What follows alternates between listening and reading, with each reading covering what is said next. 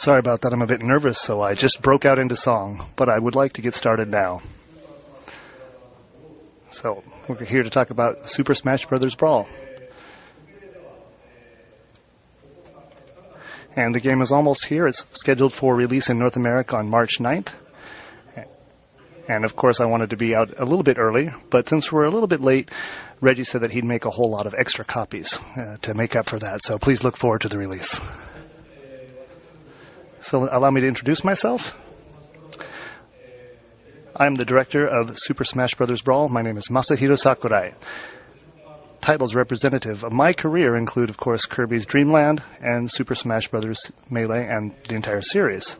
Since around 2004, I've been working as a freelance game designer. Now, as you see here, it's written, the name Sora appears on this slide, and I'd like to explain what that is. Basically, Sora Limited is a corporation that offers planning services, but is basically a company for me to get contracts. Actually, there are only 2 employees, me and my assistant. So basically, we're just a freelance company. Now, there's some things that I'd like to clear up. We did not put together a team for Smash Brothers only, and that's not the reason Sora was brought into existence. It's my company, but however, Nintendo did help us out by renting out some property in Takanobaba to help us with the Smash Brothers development. But the team itself is brought together of a whole bunch of different freelancers. Now, our team this time around is a little interesting. When you were talking about the team, you first have to take into account that I don't have a team myself. So, Nintendo rented some office space in Tokyo and went about gathering people around me. The first and core members were folks hired from a company called Game Arts. Now, this is a company that put together games like Sylphid and Grandia 3. Next, that was a game on, of course, PlayStation. And again, the Game Arts people were the first people we hired. Next, we got people by advertising for Smash Brothers contract staffed through Nintendo. And when we felt we were still short-staffed, we filled up the ranks with some temporary staffing.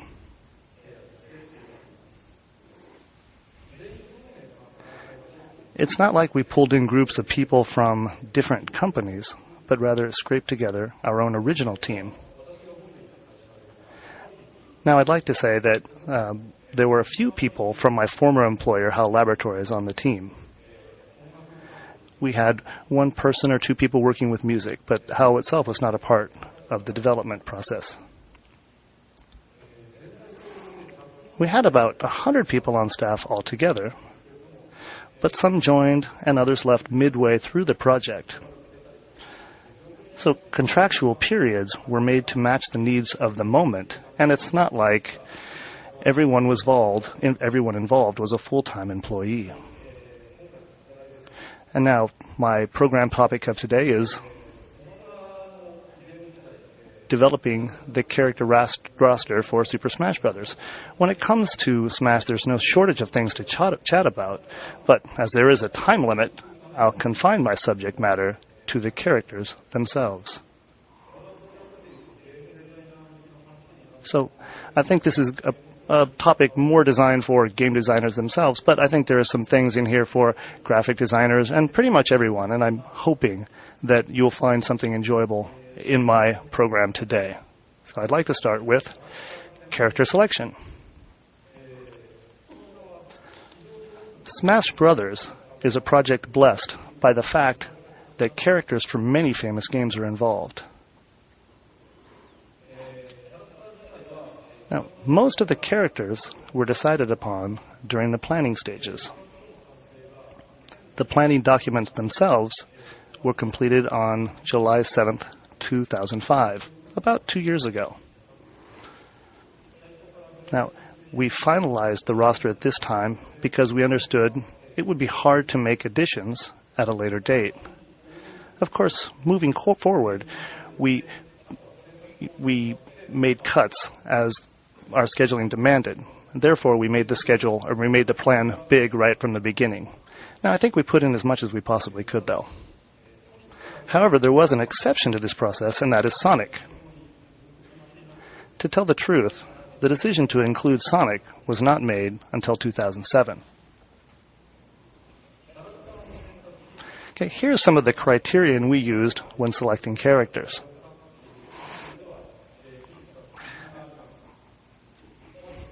So first of all, of course, is the character's individuality. That character had to stand out.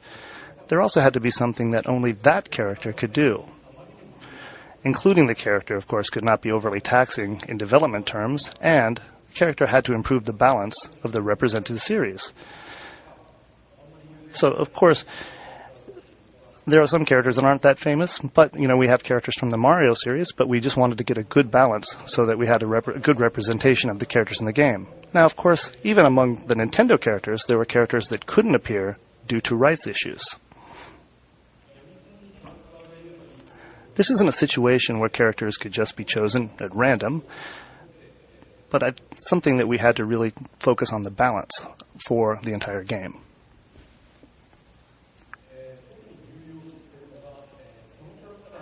Now, clarifying the concept right from the beginning of what a character can do is something that was very, very important into being able to pull the game together.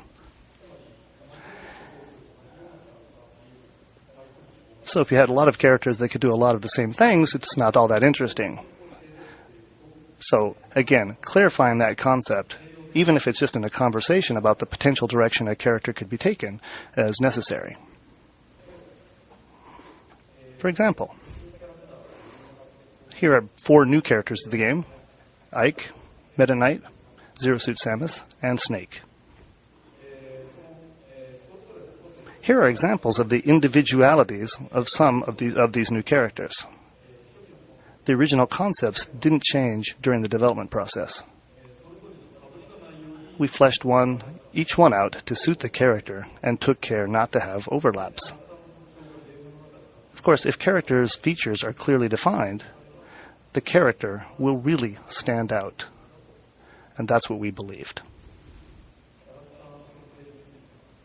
So that's it for character selection. Now I'd like to go ahead and move on to graphics. Now, something that's more difficult than just creating character graphics was making sure all the characters felt the same. While the Wii is not a high-definition console, you still run into a stylistic gap when increasing the detail with which you represent different types of characters from different series. For example, I think you're familiar with Bugs Bunny. So if we had Bugs Bunny fighting against a photorealistic character, the result would be unnatural and visually disruptive. So how do we go about closing that gap? That's what I'd like to talk about next. Colors from Smash Bros. Melee look something like this. And now I say something like this because it's not an actual screenshot, but just something to represent what the colors look like in the game. To deal with the problem of a unified character feel in the last Smash Bros., we added accents like the feel of denim, etc. But we didn't have the same flexibility with colors. They were clearly defined. Mario's red is red and Green's Link was green. And now, for this game, the image, this is what we were looking for. Let me take another look at that. This is the last game. And it became this for this time around. Again.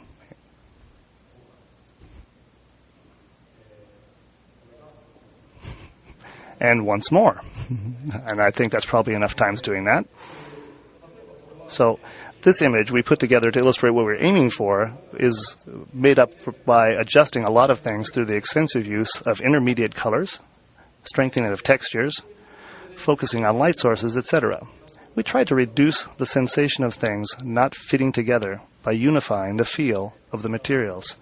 However, no matter how hard we tried, the feeling that things didn't fit caused by the disparity between all the different head and body sizes was hard to get around. So, for example, take a look at the Pokemon trainer and Lucas. Changing the trainer to match Lucas, changing Lucas to match the trainer, or changing them both to reach a middle ground would all produce really unacceptable results. So, we just decided to go ahead and draw the line here.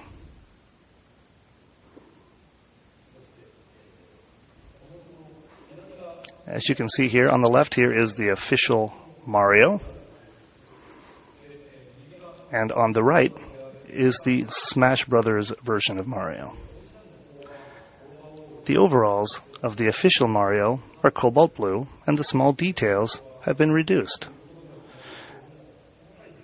It's not like a cartoon, let's say, but again, the details have been reduced.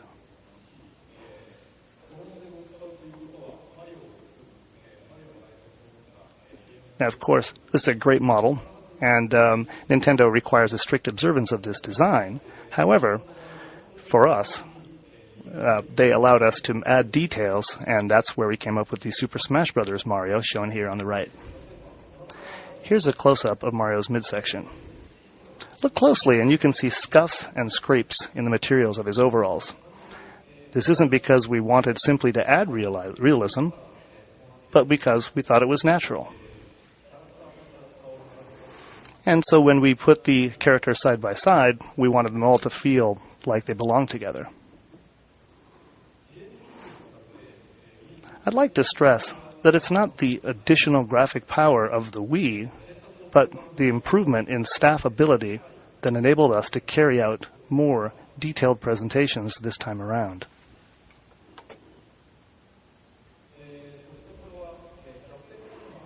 And this is Captain Olimar's official model. He's the star of the Pikmin series. It's undergone high polygon chamfering, so it's a bit different than the one used in-game. Looks a bit smoother, doesn't it? But I think this is a good representation of what he looked like in the game. That Captain Olimar became the Smash Brothers Olimar. So this one became this one. So if we look at them side by side, you can see here that the interpretation of his suit and other things are more deeply detailed. So here's a close-up of Olimar's body. Of course, this isn't simply a more detailed version of the previous model. This is the Smash Brothers team interpretation of his suit.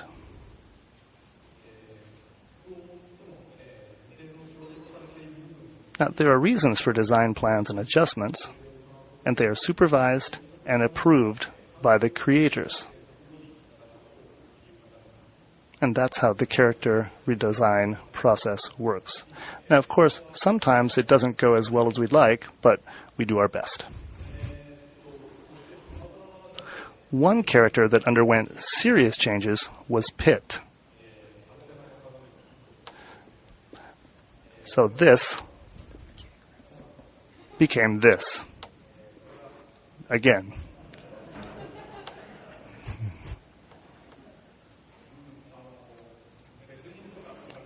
Please don't tell me that this is not the same Pit that you all remember, because it is. Now, Pit had seen no design changes for about 20 years. So, our planning was based on the question we posed to ourselves: what if we modernized him in one single leap? Let's consider the main character from the Legend of Zelda series, Link, who, over the course of that series, gained earrings, got more details on his shield and sword, etc. And as the game progressed, Link also changed in his appearance. Well, unfortunately, Pit didn't have a game series for him to grow into, so we imagined if it had, what would Pit look like now? And we took him through that same sort of sequence and really had a good time designing him. Of course, we didn't do this on our own. We received the creator's ready consent.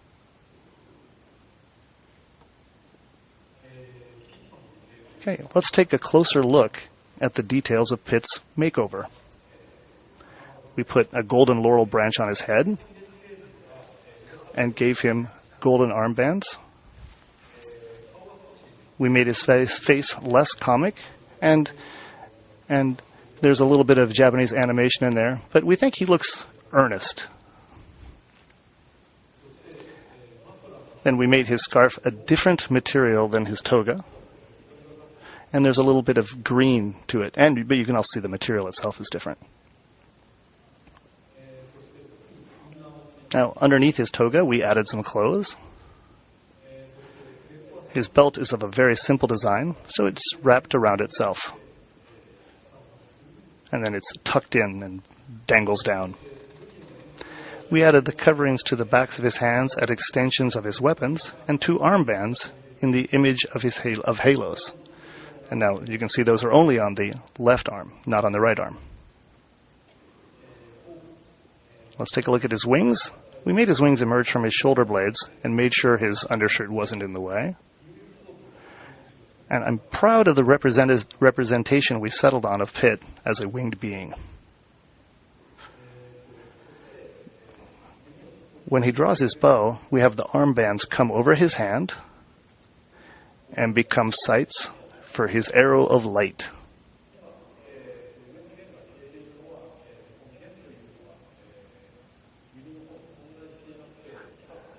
And as you can see, the upper string is not there on his bow, but that's just an artistic choice for us to go ahead and leave that out and focus on the arrow of light itself. Now, when the arrow is fired, we made it so that the arrow of light is controllable.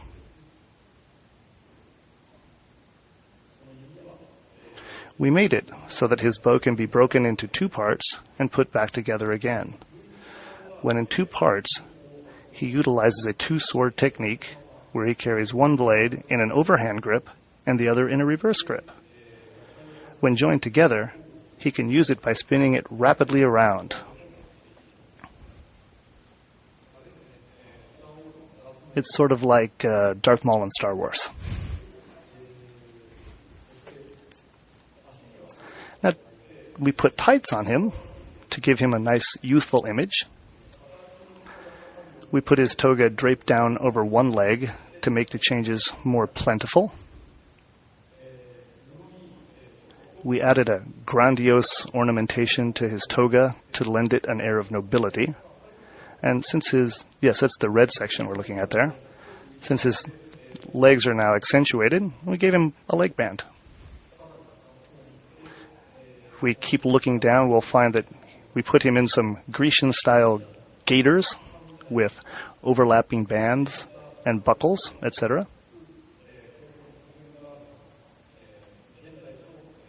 So we wanted to have a little bit of a feel between what the past and the present with the design of these boots. And we gave the boots an overall leg warmer feeling by, adding some fuzzy trim. We think they look pretty cute. To add stability to the design, we increased the size of his feet to give him an oversized feeling. So you can see in many areas how we interpreted his design in a thorough and unique manner. Now, at the end of the day, we felt that making the character stand out was job number 1. If a concept is well thought out and solid from top to bottom, both the creator and the audience will accept it. So we want to stay true to the core essence of the character, and we feel that balance is very important. And that's it for my graphic conversation today. I'd like to go ahead and move on to motion, which is, of course, important when creating characters. In the beginning, I just thought about what kind of moves I'd like to see each character perform. Let's face it, the act of brainstorming by itself isn't all that hard, is it? No, it's so simple, in fact, that I don't have any tips to offer on the subject. So therefore, the purposes of this speech, let's go ahead and assume that coming up with ideas is easy enough. Still, whatever the product of your brainstorming, I believe your ideas must carry a preciseness and the steadfast confidence that what you have will work as the base material for your game.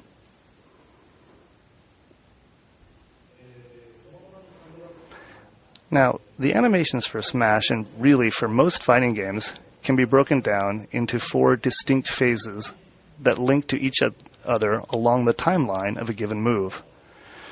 So, let's label these phases: standby, wind up, strike, and follow through.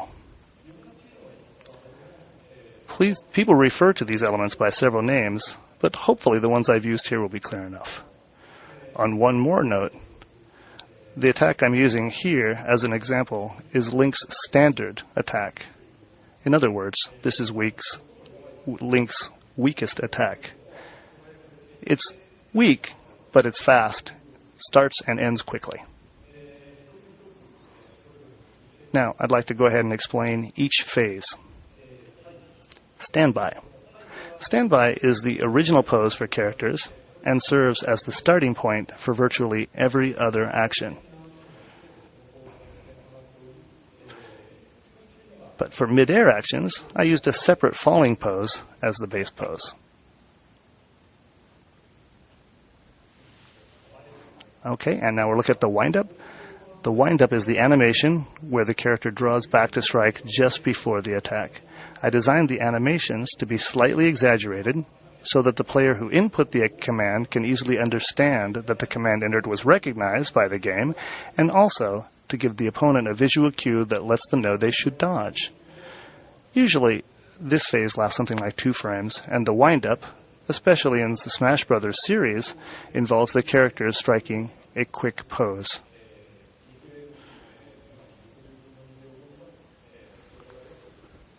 So again, this sort of animation usually takes about 2 frames.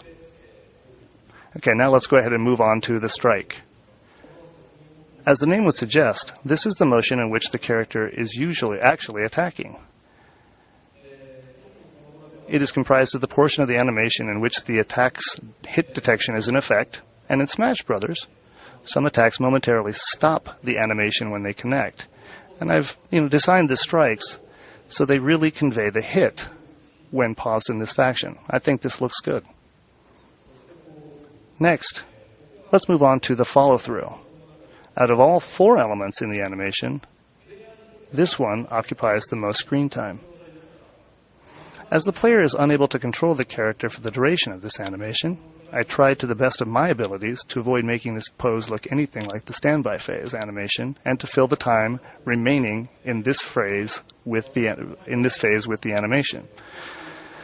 So let's say I've finally got some good ideas for moves in my head. The next step is to flesh those out by assigning a length of time and launch time to each move. Translating these ideas into hard numbers gives the designers for each area a foothold from which they can start to understand the task at hand.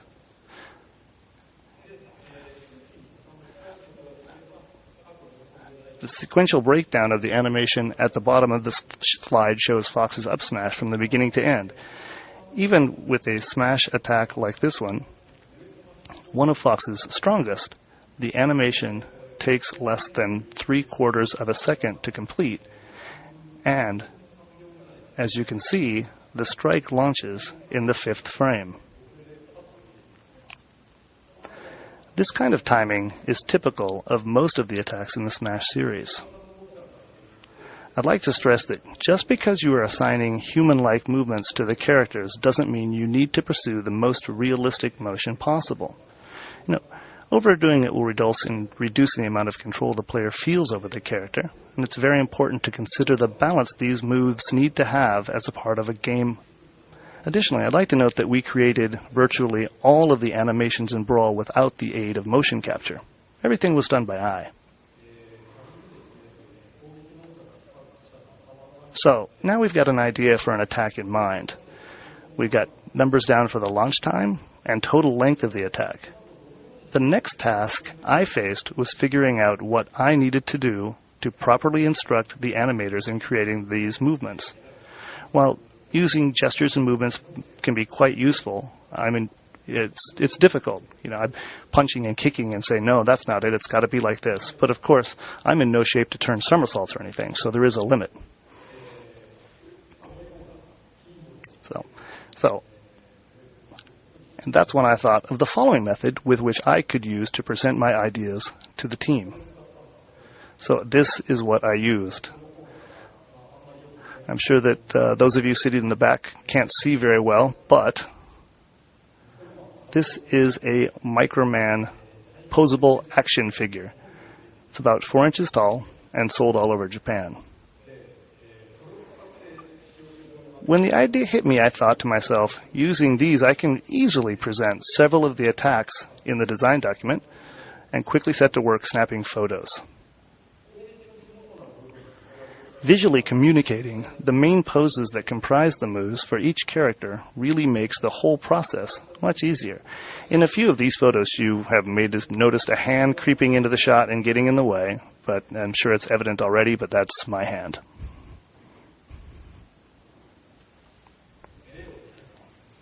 Let's take a look at some of the actual photos we used. So, of course, this is Wario. The left picture in each pair is a photo I used in the design document. The right picture in each pair is the final version of that pose captured in game. So, of course, the staff looked at the photos on the left and created the images you see on the right. As you can see, even the poses that our slightly strange friend Wario is known to strike are really faithfully recreated in the game. In the lower left is a wind-up pose from Wario, but I also took shots of things like his post-attack poses as well. So, of course, there's a lot of photos taken to accommodate for all of his moves. Okay, here are a few examples involving movement and standby poses from Sonic's array of animations. I asked the staff to spend a fair bit of time studying Sonic's movements in his games, and I think they came up with some really good things. As for the shot in the lower right corner, well, you get the idea. Sometimes I added additional graphic effects after taking the photographs. Now, you might not know what this is, but because I'm here to present what we did, that's what I'm going to do. Now, here are a few of Sonic's attacks. As you can see, the final moves are also quite faithful to the original animations for Sonic. Of course, sometimes the discrepancy between the proportions of the figurine and the on-screen character dictate slight variations be made to the pose for the final product. Now, as you can see in the middle left set of photographs, the difference you see between Sonic's leg positioning and the figurines for Sonic's mid-air diving kick is an example of one such situation. So, basically, we looked at the final Sonic figure itself and said, this is the best way to represent that motion. Now, here are a few shots of Pit. I constructed Pit's weapon out of a twisty tie so that I could indicate the position of his ornament in these photos. For attacks where Pit uses his weapons as a double-bladed sword, I colored portions of the makeshift weapon to make it easier to see which side Pit is striking with. Now, I also have female figurines.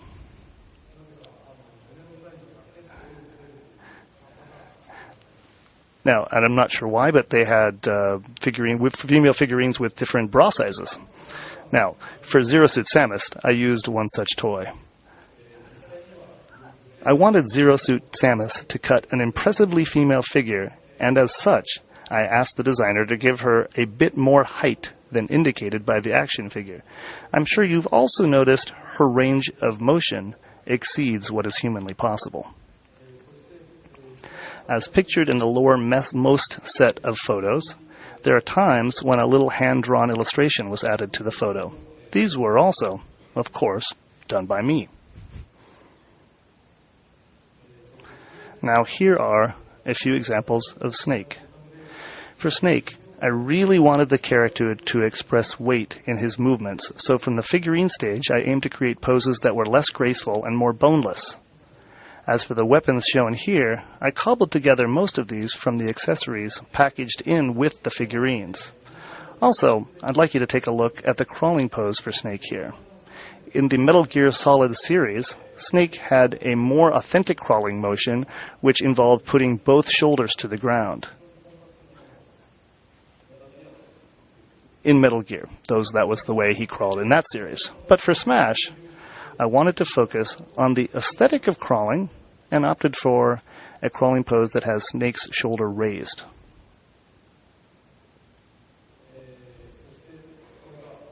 Now this is a series of snapshots outlining the chain of 4 kicks Snake performs during his neutral mid-air attack. Now, most of the time, a single move won't require more than a single photo. But as this attack has 4 separate kicks, I decided to document each strike as a photograph in the design document. When it comes down to it, the quality of the final animations really is dependent on the skill of the animator composing the movement. That said, if one sets out the duration and timing of the attack ahead of time and provides visual reference with figurines like so, at the very least, you can be sure that resulting animations will support the game being made. As for the other characters, well, here are a couple shots of what went on. What I'd like you to focus on here is the existence of characters like Meta Knight. Showing the staff what the actions of Meta Knight would look like if he was shaped like a Microman certainly helps more than giving the team nothing more than, let's say, a written explanation. And so, with these little Microman figures, you can do a whole heck of a lot of things. So, at least recently I haven't been able to find them, so I was trying to hope to find a bunch and buy them as many as I could to stock up. So, like here I'm showing you, he's doing the Hadouken movement. They are very, very useful.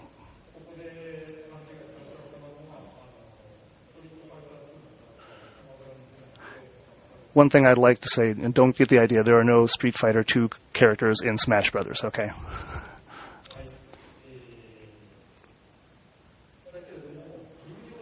Now, of course, instruction via figurines is only useful in the beginning of the process. Once this hurdle is cleared, direction and the continued hard work of the animators involved became absolutely vital to the success of the animation. In the end, the most reliable tools in my arsenal were hand gestures and physically assuming the poses I was looking for. Now, looking back at the whole process, while I had to make numerous requests regarding the quality of the animation, the number of requests I made in the name of achieving good game balance were fewer than I had expected. Now, over the course of developing the Smash Brothers series, I've come up with several homebrewed techniques for ensuring good-looking movements, but I'm going to spare you the specific details on those. As an example of some of the things I look for, please take a look at the slide on display. The Smash Brothers series puts a lot of emphasis on how characters appear from the side. I've spent many evenings with my lips pressed together in concentration, asking myself some of the questions shown here.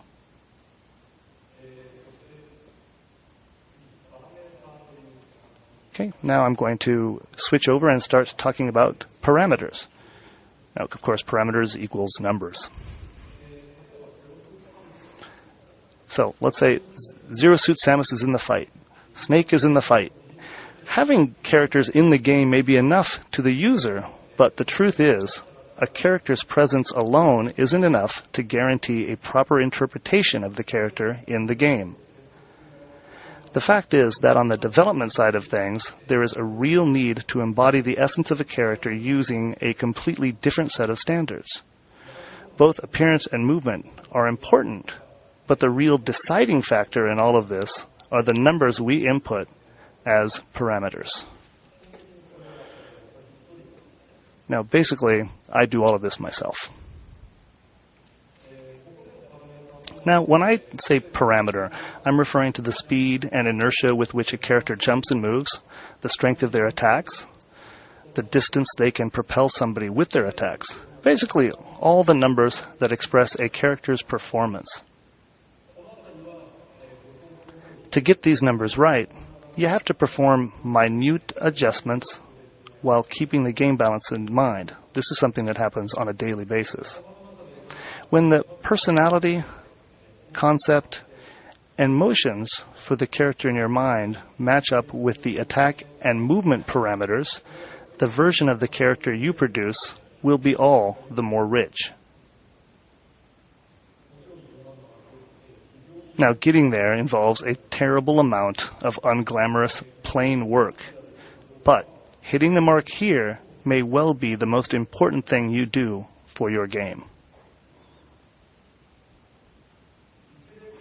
Now, as an example of what I mean, I'd like to take a look at the difference between Mario's jump in Super Mario Bros. And Samus's jump in Metroid. Both characters have an initial velocity that stays constant, and both continue to rise for as long as the jump button is held down. Descent is triggered when the button is released. Once released, Mario quickly falls back to the ground, whereas Samus descends in a light, airy manner. If you take a look at both of these games, the difference should be immediately obvious. But have you ever thought through why these jumps are the way they are? Especially considering the fact that Samus is wearing her power suit and looks so darn heavy. Well, the answer isn't that Samus's games take place in outer space. The ability to understand concepts like the one above will dramatically affect the final quality of your work. And as such, it is imperative that you attempt to sniff out the meaning behind these kinds of design decisions. Now, to answer the question I posed to you earlier, in Metroid, after jumping, the player needs to be able to fire at enemies and doors from any given height. If Samus fell back to the ground like Mario very quickly, it would be quite difficult for the player to aim at objects that sit at medium height. I suppose you could call this an inevitable expression of the game itself. When making a game that imports characters from other games, such as Smash Bros., thinking about why things behave the way they do has strong ties with how the character ends up being presented in the game. So, for example, Sonic. Sonic is a character who is often thought of as simply being really, really fast. However, going back and taking a look at the original Sonic the Hedgehog reveals that Sonic moves in a rather heavy, slow fashion. It's because of these slow movements that the player experiences a pleasurable sensation akin to dizziness when Sonic finally does get up to full speed. So, let's take a look at Sonic in Smash Bros. Brawl.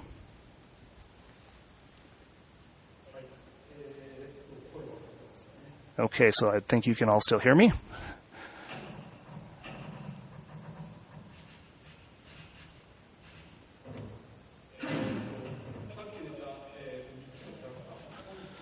So here are three characters that I've brought up today: Sonic, Pit, and Snake, and I'd like to take a look at all of these characters. Let's go ahead and start with Sonic.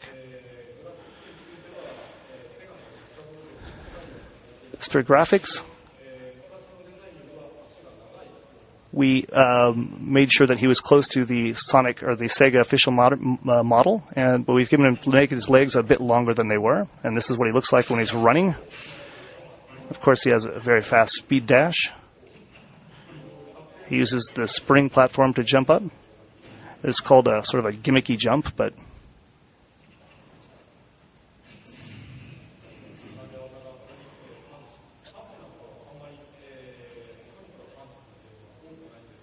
so, of course, he can punch and kick, but as you know, Sega doesn't have a lot of games where Sonic kicks or punches, but we just kept to a sort of a Sonic tradition like in Virtual Fighter where it's PPK, punch, punch, kick, punch, punch, kick. Uh-oh. Okay, let's go ahead and take a look at Snake now. So this is what he looks like close up. In terms of graphics, so this is from Metal Gear Solid series, the second game in the Metal Gear Solid series, and that's the suit he wore in that game. And of course, we detailed it up a bit for this game. but as you can see, the details are quite well done. Okay, I think among all the human characters in the game, he's probably the slowest. Okay, so as you can see, just from the original game, it's 1-2 kick, 1-2 kick. Okay. Yeah, he's all about close quarters combat, and of course, here's Snake's famous crawl. So you can see the gap between the speed with which Sonic and Snake can run around. But you can see the strength behind Sonic or Snake's moves that make up for that sort of slow movement. And rather than having some of those big smash attacks, he uses just a plethora of weapons to create havoc on the field here. So I think the more you play Snake, the more cunning your use of all of his weapons and that will become, and that's how we divide it.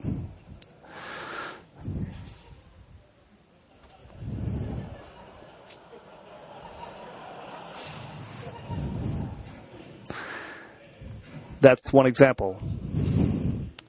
So you can, of course, attach these explosives to other characters. Now, as you can see this, we have that, I think some of the people who are really familiar with the series will recognize those butterfly-shaped bombs. Okay, now, let me find Pit here. Okay. Oh. So here's the remote control missile.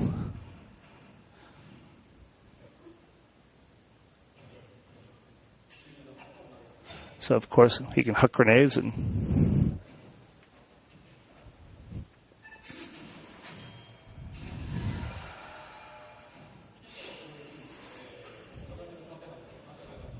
So, of course, Pit can use his shield, of course, to reflect attacks.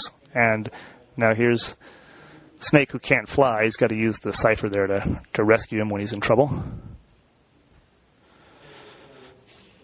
Okay, and let's move on to Pit. So Pit, of course, has his bow.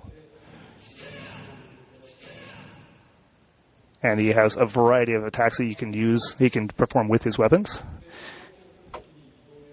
When he goes to attack, of course, the bow breaks into two different swords, and then he will just carry them, again, separately while he moves around the field. But when he performs another move,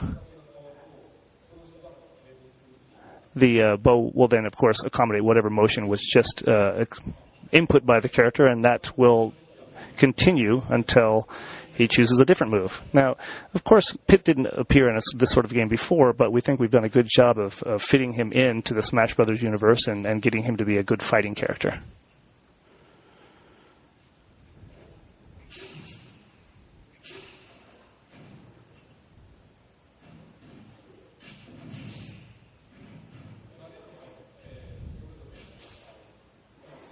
Of course, we've put in a lot of very appropriate grabs for each character.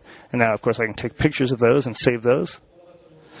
And I can take those photos and send them to friends. So once the product is in your hands, we hope you will use this function. This is pretty neat, huh? Look, it's got Snake with wings.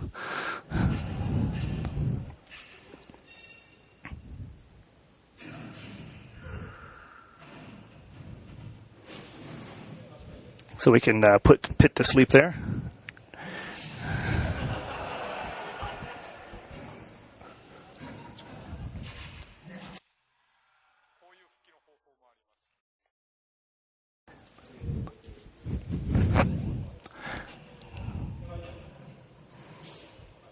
So Sonic, of course, is a very popular character here. And, of course, he looks like as he's running so fast, it looks like he's got about 8 legs there, doesn't he?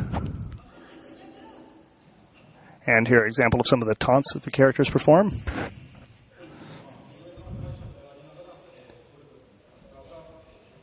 So we have many different interpretations of the original characters, but we think we've come up with something that works really well for us.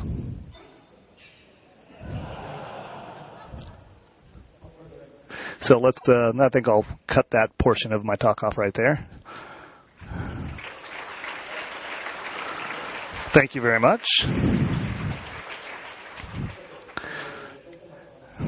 Now, I've forgotten where I have left off, but let's see if I can find out where I'm at here. So I think we're talking about parameters here. Parameters. I imagine by this point in my presentation, what I think has been made fairly clear. But I'd like to say it again. When considering the creation of a character as an integral part of a game, not merely from a design or performance perspective, but from a comprehensive point of view, your initial thoughts on the subject are truly invaluable.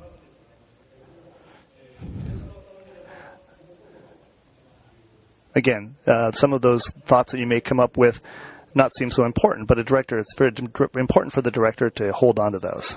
Having a strong heading that dictates where you want to take that character is really important. Then with that goal in mind, begin the process of fixedly building toward that aim. Graphic, designs, motion, parameters. If you get all of these things to work together, I'm sure you'll do the character you have in mind justice. Therefore, game designers must think things out first and foremost.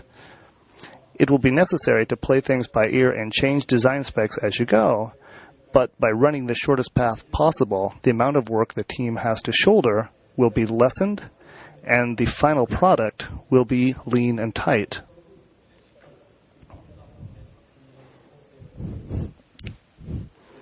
I often hear people say, we'll never know until we try and make it.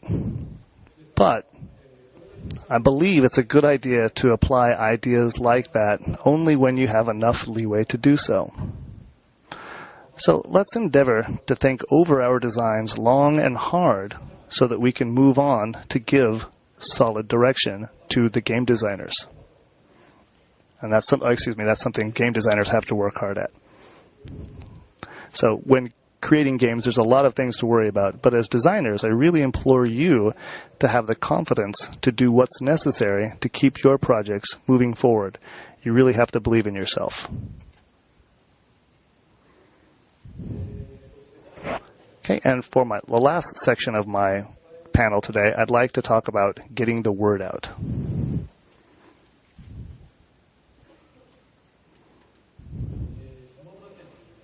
Smash Brothers Dojo is the official Smash Brothers Brawl homepage.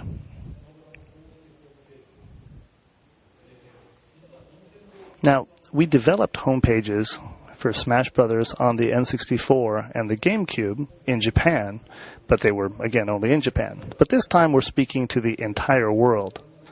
I think there are some of you who may have visited the site before. So please check out the slide for details. And if you haven't seen the site, please take a look at it when you get home. That would really make me happy.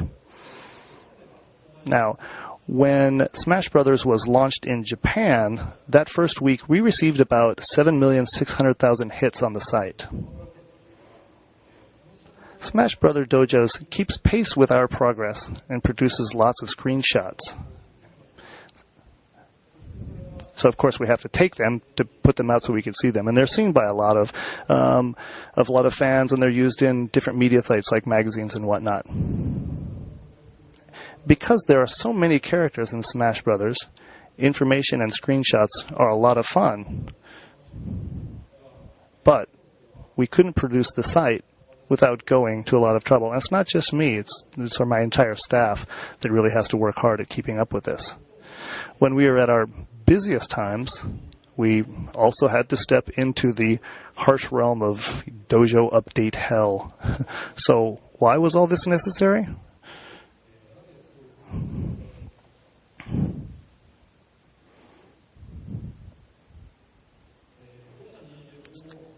No matter how good a game may be, you can't be lazy about getting your product known. To get your product to stand out among all the entertainment out there, the production side has to put in effort too. Because, there's a limit to what advertising groups can do. Folks on the development side have to lend a hand, support each other, and endeavor to create a strong overall presentation. So they really have to, take great effort to do this. But if you do that, you'll be paid back in full if people play your game. So that's it for today. My interpreter today was Tim O'Leary. Thank you very much for listening.